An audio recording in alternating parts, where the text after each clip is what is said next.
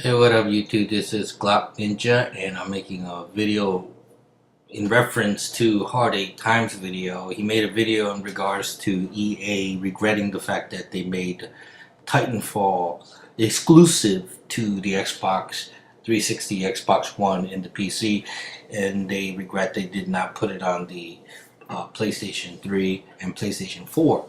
Okay, um, I'm going to give you my opinion as a objective gamer. Okay, you may not believe me, but I'm going to tell you what I truly believe is an objective opinion here. I'm not interested in how well EA does or doesn't do. I don't invest stock in them. I don't work for them, so I have no vested interest in how they do or don't do. Okay, I'm gonna let's reverse the role. Let's say EA took Titanfall and put it on the PlayStation brand and did not put it on the Xbox. And I'm going to tell you, that's still wrong. Okay, as a fan, yes, I'm going to taunt the Xbox fans and say, hey, look what we got, look what you don't have, blah, blah, blah. But that's from the fans' perspective, okay? But I'm gonna talk about this objectively.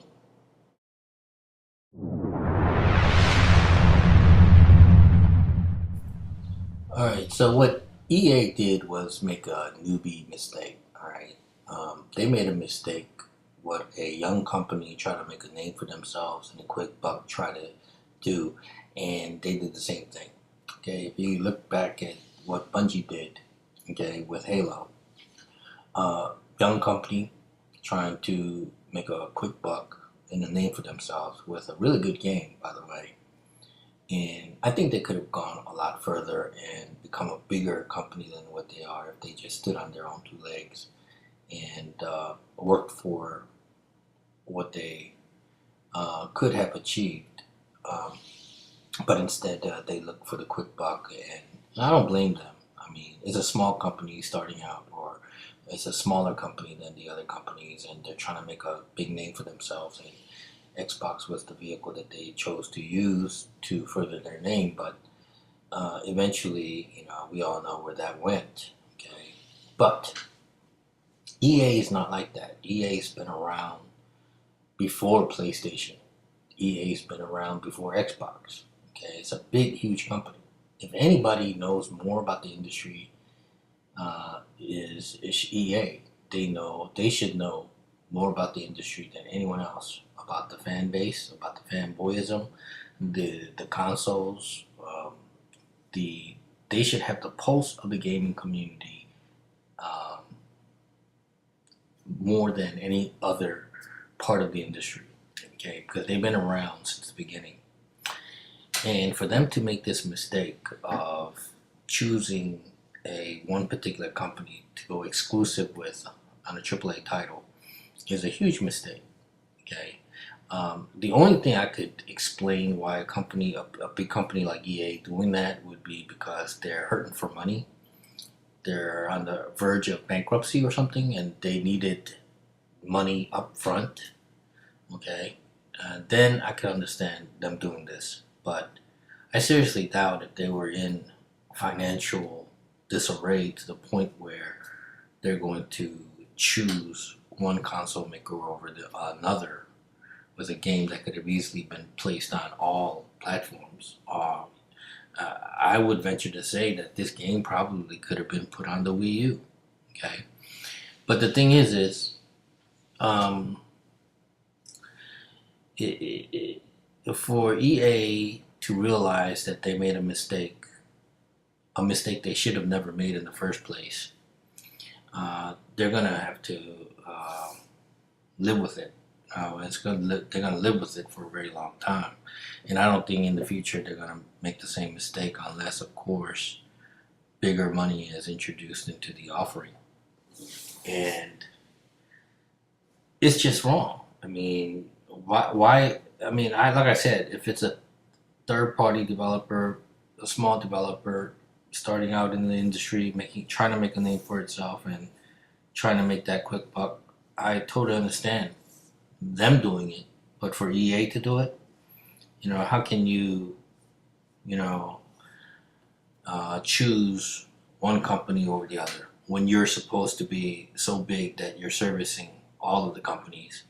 You know, you decide that you're going to play favoritism, and EA should know better, because they should know how their fans react, how they are, what their attitudes are.